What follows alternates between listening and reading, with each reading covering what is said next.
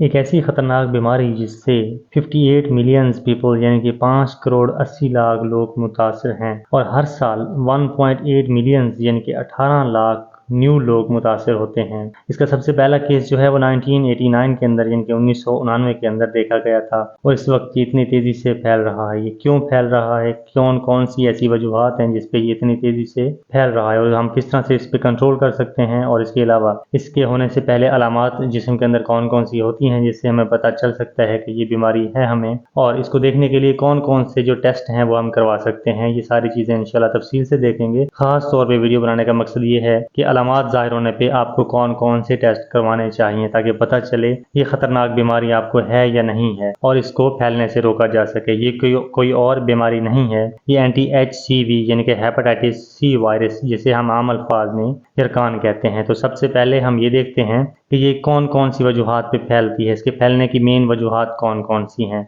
इससे पहले अगर आपने चैनल को सब्सक्राइब नहीं किया तो चैनल को सब्सक्राइब कर लें और बेल आइकन के बटन को ज़रूर क्लिक कर दें ताकि आने वाली वीडियोज़ आप तक ईजिली पहुँच सकें। तो सबसे पहले हम ये देखते हैं कि ये कहाँ कहाँ से फैलता है, कौन कौन सी जगहों से फैलता है और किस किस तरीके से फैलता है, ताकि इसी पे अमल करके हम इसको कंट्रोल भी कर सकते हैं। तो सबसे पहले नंबर पे जो आता है जिससे डायरेक्टली एक इंसान से दूसरे इंसान में ये मुंतकिल हो जाता है वो है ब्लड ट्रांसफ्यूजन का। जब एक बंदा किसी मरीज को ब्लड दे रहा होता है, खून दे रहा होता है, अगर उस देने वाले के अंदर ये पॉजिटिव होगा, उसे हेपेटाइटिस सी होगा, तो 100% चांसेस हैं कि वो अगले बंदे में जिसको ब्लड देगा, जिसको उसका ब्लड लगेगा, उस बंदे के अंदर, मरीज के अंदर ये मुंतकिल हो जाएगा। और दूसरी वजह जो है वो ये है कि ये कंटेमिनेटेड नीडल्स और सिरिंजेस जो होती हैं, जब आप लैब पे या कहीं हॉस्पिटल में टेस्ट करवाने, इंजेक्शन लगवाने जाते हैं, अगर वो कंटेमिनेटेड हैं, वो रीयूज़ कर रहे हैं उनको, वो न्यू और स्टरलाइज नहीं हैं, तो एक इंसान से दूसरे इंसान में मुंतकिल हो सकता है। उसके अलावा कंटेमिनेटेड डेंटल इंस्ट्रूमेंट्स जो होते हैं, अगर आप डेंटिस्ट के पास जाते हैं, दांतों वाले डॉक्टर के पास जाके अपने दांतों की फीलिंग्स या दांतों का कोई भी इलाज करवाते हैं, अगर वो इंस्ट्रूमेंट्स जो हैं वो प्रॉपर स्टरलाइज और न्यू नहीं हैं, तो एक इंसान से दूसरे इंसान में मुंतकिल हो सकता है। इसके अलावा कंटेमिनेटेड सर्जिकल इंस्ट्रूमेंट जो ऑपरेशन थिएटर के अंदर इस्तेमाल होते हैं ऑपरेट के दौरान, अगर एक मरीज़ का ऑपरेशन करने के बाद दूसरे के ऊपर वही अप्लाई किए जाएँ और अगर पहले वाले को सी पॉजिटिव होगा तो वो दूसरे में भी मुंतकिल हो जाएगा। इसके अलावा ख़ास तौर पे बार्बर की शॉप्स जो होती हैं, जहाँ से हम कटिंग करवाते हैं, जहाँ से हम ख़त करवाते हैं, जहाँ से हम नेल तराशते हैं, अगर वो चीज़ें कंटेमिनेटेड हैं, नेल कटर हो गया, टूथब्रश हो गया, आपका रेज़र ब्लेड हो गया, कैंची, उस तरह अगर ये चीज़ें उन्हीं चीज़ों के साथ एक बंदे की शेव की जाए, उसके अंदर हल्का सा कट लग जाए, पोर होते हैं छोटे छोटे, उससे भी ये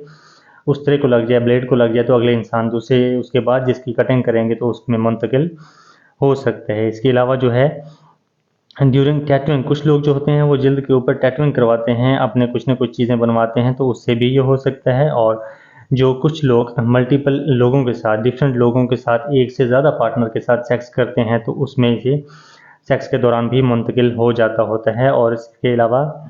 एक और जो इसकी वजह है वो है डायलिसिस के दौरान, हीमोडायलिसिस के दौरान अगर एक ही मशीन के ऊपर पॉजिटिव वाला केस यानी कि जिसको होगा उसका डायलिसिस होगा और उसके बाद अगर किसी नॉर्मल बंदे का डायलिसिस उसी मशीन पे किया जाएगा तो वो जिसको नहीं होगा तो उसमें भी मुंतकिल हो सकता है। अगर हम इसकी अलामात की बात करें कि ये जिस्म में अगर हो तो फिर कौन कौन सी अलामात ज़ाहिर होती हैं, सबसे पहले नंबर पे जो चीज़ देखी जाती है वो जॉइंटिस है, जिसे पीलिया कहते हैं। जिस्म जो है वो पीला महसूस होने लग जाता है, आंखें पीली दिखने लग जाती हैं और जॉइंट्स के अंदर यानी कि जोड़ों के अंदर दर्द महसूस होता है, मैदे में दर्द महसूस होता है और उसका जो है वज़न कम होना शुरू हो जाता है, बहुत ज़्यादा थकावट महसूस होती है, जल्द के ऊपर स्किन पे ख़ारिश हो सकती है, वज़न कम हो जाता होता है और जो वेन्स होती हैं, रगें होती हैं, वो आहिस्ता-आहिस्ता डिसअपीयर होना शुरू हो जाती हैं, आहिस्ता-आहिस्ता छुपना शुरू हो जाती हैं और रगें उसकी कम दिखती हैं। और जो है पेशाब का कलर चेंज हो सकता है, डार्क हो सकता है, पखाने का कलर भी चेंज हो सकता है। तो अगर ये सारी अलामात हों आपके अंदर तो आपको कौन कौन से टेस्ट, बेसिक टेस्ट करवाने चाहिए जो कि इसको देखने के लिए ज़रूरी होते हैं। सबसे पहले नंबर पे जो टेस्ट आता है वो आता है anti-HCV एंटीबॉडी जो है रैपिड टेस्ट, जिसे हम स्ट्रिप के साथ करते होते हैं। ये 300-400 रुपये का हो जाता है, इसे रैपिड स्ट्रिप टेस्ट बोलते हैं। सबसे पहले इसमें ये देखा जाता है या नहीं है, पॉजिटिव या नेगेटिव देखा जाता है इसके अंदर। उसके बाद अगर उसमें पॉजिटिव हो तो फिर एलाइजा करवाया जाता है, जिसके अंदर वो पॉजिटिव है तो उसकी कितनी मिकदार है, कुछ हद तक उसकी मिकदार उसके अंदर आ जाती होती है, या 8 से 1200 1400 के दरमियान में एलाइजा हो जाता है। अगर एलाइजा में भी इसकी वैल्यू काफ़ी ज़्यादा आ रही हो तो फिर उसके बाद आपको पीसीआर करवाना पड़ता है। और पीसीआर की दो किस्में होती हैं, दो टाइप्स होती हैं। एक होता है क्वालिटेटिव, जिसमें सिर्फ डिटेक्टेड या नॉट डिटेक्टेड दो चीज़ें आती होती हैं, और एक होता है क्वांटिटेटिव, जिसके अंदर अगर पॉजिटिव है तो वो कितना है, मिलियंस के अंदर उसकी कॉपीज़ बनी होती हैं जिस्म के अंदर वायरस की, तो वो सारी चीज़ें देखी जाती हैं।